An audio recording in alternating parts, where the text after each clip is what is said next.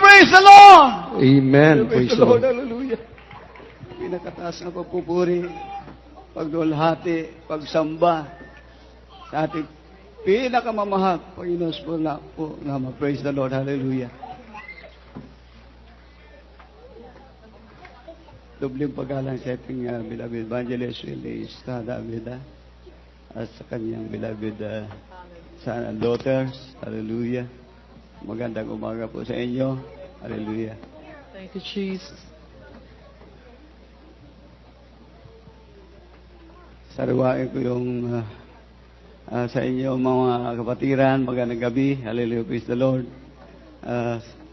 Yung testimony ko noong 1996, kami po yung mga pastor na galing Mindanao at mabilang na lang sa kamay ang nagpatuloy sa tulong natin ng Panginoon sa panalangin sa ating beloved evangelist, Willie Davida. Praise the Lord. Mga mahal, pasensya na kayo, hindi masyado ako marunong mag-Tagalog, pero pagsikapan ko. Amen. Sa tulong ng Panginoon. Praise the Lord. Hallelujah. Sa pagkasave ko dito, mga mahal, hindi ako basta-basta masave dahil pastor ako dati, graduate ng Bible School, saka sa nakita ko itong gawain sa television, TV program ng mahal, nakita ko, sabi ko, ito ang totoong gawain ng ating mahal Panginoon. Praise the Lord. Pero, sabi ko, meron na akong pinaglingkuran noon. Sabi ko, in Jesus name naman ang baptisin namin. Pareho lang. Pero ng mahal, may kapatiran tayo na galing sa amin noon, nandito na sa Jesus Makosid, magsimba din sa ginakuhan ko na simbahan. Sabi niya, iba talagang Jesus Makosid. Bakit? Sabi ko, parehas lang. Siya, hindi lagi. Ikaw parehas lang in Jesus name. Apostolan ng pagtuturo. Pero nakita ko mga mahal sa amin, yung aming presidente na aming grupo, sa umpisa, IMA, International Ministry Association, hanggang na PMA, Philippine Ministerial Association, hanggang na AMP.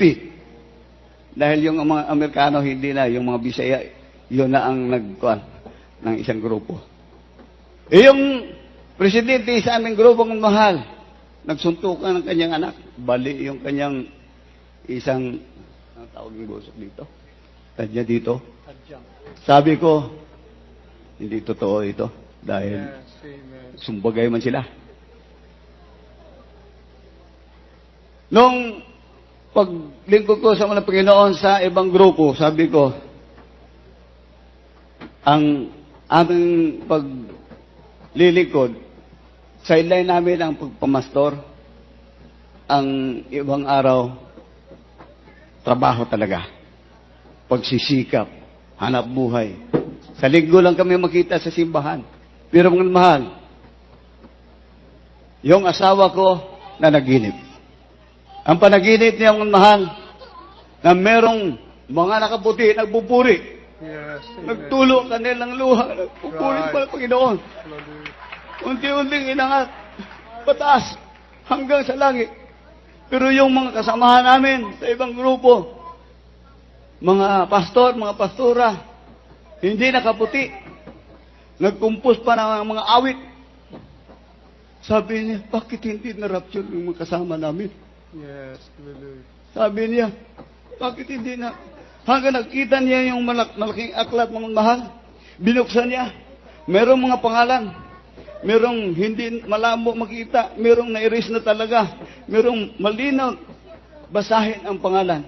Hanggang nakita niya ang aking pangalan. Sabi niya, praise the Lord, nandito palang pangalan ng asawa ko. Yes, hallelujah. Hanggang pinuklat niyang mga, pahina ng libro. Sabi ng babae na, hindi kapatiran, sabi niya, wala pangalan mo dyan. Siya hindi maaari. nandito ang pangalan ng asawa ko. Kung maaari, nandito ang pangalan ko rin. Mga mahal, hanggang nakita niya. Noong oras na yon na nakagising siya, umaga na pala. Yes. Galing ako sa farm namin, ilang kilometro, mga 100 ang pamasahe. Pagdating ko, sabi niya, nanaginip ako. Nakita ko, nakaputi, nagpupuri. Nakatulo ang luha. Ni-rapture. Pero yung kasama natin, hindi na-rapture. Hallelujah. Noong araw na yon, may krusada ang Jesus Bukusid sa aming barangay. Hallelujah. Sabi ni Bad Lulong, Sibilya, Bad, dumalo kayo. Dalo. Kaya kasama kami noon sa Pentecostal noon. Pumunta kami, kasama ng presbyter namin, sa aming grupo. Pagsabi pa ng presbyter namin, di basta-basta. Si Bad Lulong. Kuwan man na, gitarist lang nasa una, pero grabe mo alim, ang mga apoy ang kaniyang bibig. Hindi basta-basta, nagpasting mo ko nagtaas. Pero mga mahal, yung asawa ko,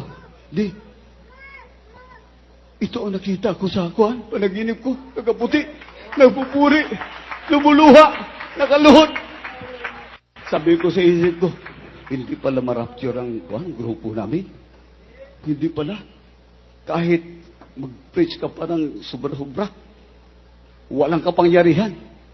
Mga mahal, nung oras na yon, nandito sa puso ko, ang Jesus Makukusid.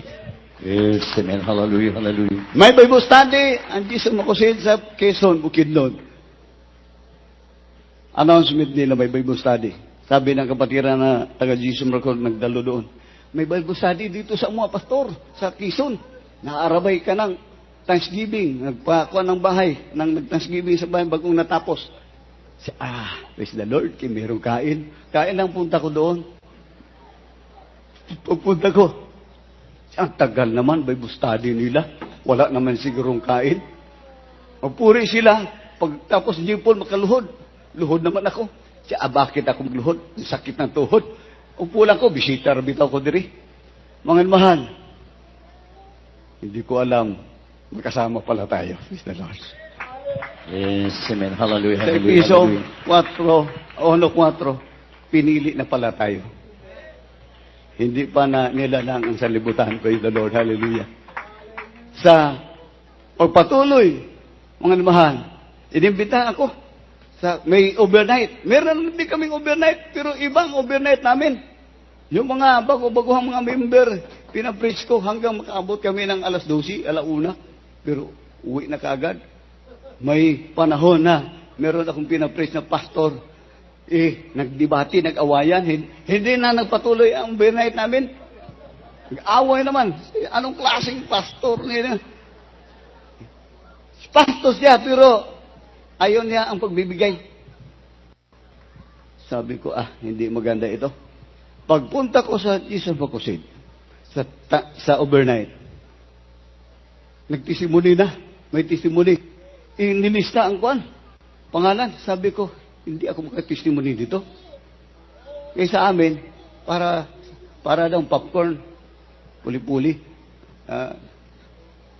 Sabi ko, Badulong, ilista ko sa kining testimony. Sabi pa na Badulong sa kanyang pinsan, ilista yan. So, hindi yan taga Jesus Makusid, hindi pa yan nabautismuhan. Ilista lang para mabautismuhan natin yan mamaya. Hindi ko narinig. Pero pag pagpunta doon, pinaalam na ilista ako pa yun ang pinakauna sabi niya. Sabi ko sa kanya, Badulong, magparibaptize ako mamayang umaga pagkatapos. Pero huwag kang magsabi sa iba, ha? Atin lang ito. Kaya sabi ko, magparibaptize ako sa Miracle dahil ang pagpunta ko sa Jesus Makusid, kunin ko ang standard dahil sa amin. Pero hindi mangyari siguro. Bakit? Ako ang predecessor sa aming simbahan. Yung dati, puno ang simbahan na yan. Pero yung dating pastor na kuhanan ko, nakabit niya ang dalawang kapatiran na sister. Sabi ko, kahit magpasting pa ko ng 40 days, hindi ito lalago dahil may background. Sabi ko, lilipat ako sa Jesus Mukusin. Napag-alaman sa mga kasamahan namin. Pagka dating ng Martes, mga mahal, overnight man yun, pagka Linggo, napag-alaman sa kapatiran namin sa Pentecostal, kay meron mang nag-observe din sa Cagayan de Oro, kay Holy Supper, ang lahat ng taga-Valencia mag-Holy Supper doon. Sabi ng mga kapatiran, uy, yung bisita natin na, Pastor, nagpa-rebaptize. Sabi niya, ala, nagpa-rebaptize, Pastor Rudy. May convention kami sa Balay City, mga mahal. Convention sa mga Pentecostal, buong Pilipinas, napag-alaman nila. Si Pastor Rudy nagpa-rebaptize. Pero hindi ko alam ng pag-alaman na pala sa lahat. Kami mga graduate ng Bible School, mga mahal, kami ang mauna doon. Kami ang magluluto. Hanggang dating yung taga-ibang lugar, sa buong Pilipinas, mga may ranggo, board member, mga presidente sa grupo, mga evangelist, mga tawag niyan, mga presbyter. Sabi pa ng isang presbyter galing Davao, ang nakapag-alam, matog pa niya, Brother, nagpa-rebaptize daw ka sa miracle. Sabi ko, sino nagsabi sa'yo? Namutla ako. Nasyak ako. Sino nagsabi sa'yo? Siya, nandiyan ang maestro namin. Hindi ka nahiya sa maestro mo. Di ba? Ang nakasulat sa Biblia, isang bautismo, isang Panginoon, isang Diyos. Sabi ko, sa maliit pa ako nagpabautismo noon. Hindi ko pa alam, wala pa akong pananampalataya noon. Nagpaparibaptize ako. Siya sa atin na sana. Parehas naman, in Jesus' name. Sabi ko sa isip ko, sa atin wala, hindi na lang. Dahil nakita ko yung mga kasama namin, mga board member, presidente sa grupo, nag-short, nag-sando lang, kulang kabanalan. Umuwi ako halating gabi. Umuwi ako. Yung adopted ko na pinaaral ko sa Bible School, siya ang kawawa. Grabe iyak niya dahil naging tema ako sa kanilang convention na tumiwalag daw ako.